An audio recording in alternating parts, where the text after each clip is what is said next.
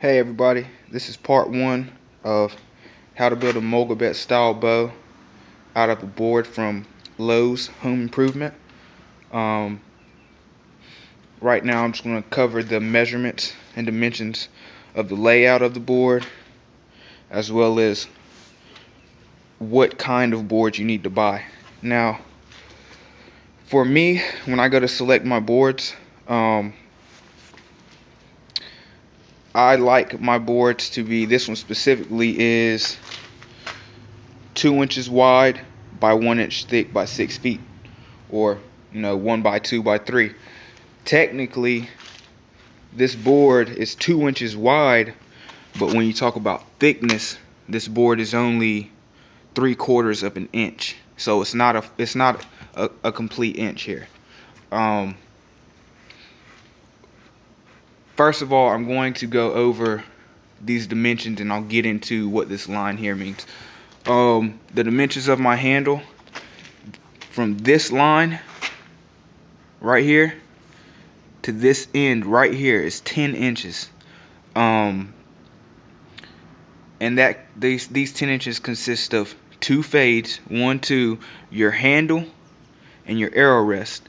Now, you don't have to put an arrow rest from your bow, that's optional. But when you do this, the measurements for the fades are 1.5 inches. The measurements for your arrow rest is 2 inches. And the measurements for your handle is 5 inches. Now, when you do your handle, make sure you have 5 inches of grip. Just because if you don't, it's not going to be enough for your hand. And that is the dimensions for your handle. Now, I said 10 inches from tip to tip, including two 1.5 inch fades, arrow rest, and a 5 inch handle. Arrow rest is 2 inches. Now, your fades, what a fade is you're just going to take this wood and blend it into the bow wood actually, and you fade it into another fade. Okay, this fade here is going to start, like I said, this is 3/4 of an inch, and it's going to fade into 3/8, which is 1/8 less than a 1/2 inch. Okay, so this is not quite a 1/2 inch. It's going to go straight line all the way to 3/8, and it's going to fade back up into 3/4 of an inch. Okay, now the reason being is because a mollegabet style bow, one portion, which is this portion here, is bending. This other portion of the limb is not bending. It's what you call static. Okay, now as far as the measurements go for your fades, like I said, your handle fade is 1.5 inches, at least mine is. That's how I like mine to be. Yours don't have to be that way. I mean, if you don't do it my way, you can figure it out your own, but it'll take you more time. So my fades are 1.5 inches into my board. My board fade is 2 inches. Okay, reason being is because when this part of the board bends, it goes up, and by the time it gets to this second board here, this glued on handle, it won't pop off because this portion does not bend. Okay, now like I said, this fade is 2 inches. Okay, fades going along here, and this bending portion of your limb, mine is 16 inches. Okay, this fade here, 2 inches as well. And this static limb, mine is 11 inches. Yours don't have to be 16, 2, and 11. I just like my bending portion to be a little bit longer than what it normally would be. Now, your bending portion is always going to be longer than your static portion. Okay, but in a normal situation, you would start out with your bending and your static limb at the same length, okay? So say these are both 14 inches.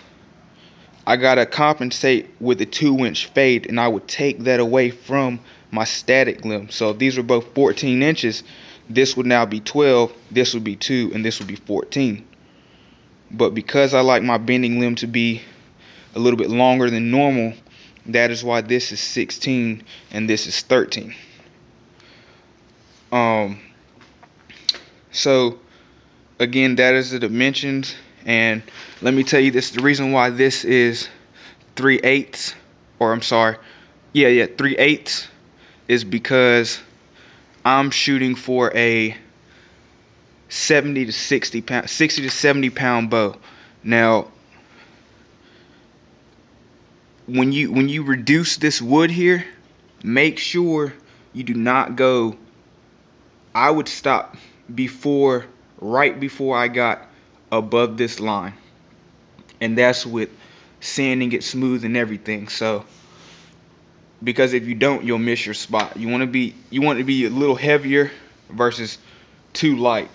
And that's the dimensions of this bow. Now as far as my handle goes, everything that you see here, this is just roughed out, but I've drawn all of this how I wanted it to be. And you know, a good idea is just go get a picture from online of someone's custom bows, you know, built by companies, and just draw your own, you know, your design or whatever, whichever you prefer. And then a good tool I use is this rasp here. This is a heavy duty rasp. Those teeth are serious. I even cut myself earlier. And you don't need electrical tools, but it speeds your process up a lot. I like to sell my bows, so I bought electrical tools. This is just a palm sander, and I just use this for tillering.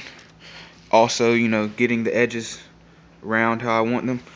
And this here is a belt sander. This is actually pretty cheap, but a very effective tool. It's only $50, and the main thing I use this for is taking out this extra piece of wood for my fades, helping me put this curve in here as well as here, and like I said, doing these fades and my bending limbs as well. It actually saves me a lot of time. But you know, $50 for that tool, that's the most you'll spend on a tool for this, and you'll be knocking bows out in a few hours. The next portion of this video will be, well, let's see, next portion of this video I'll have the handle all shaped out and the limbs roughed out, and probably these limb tips cut in.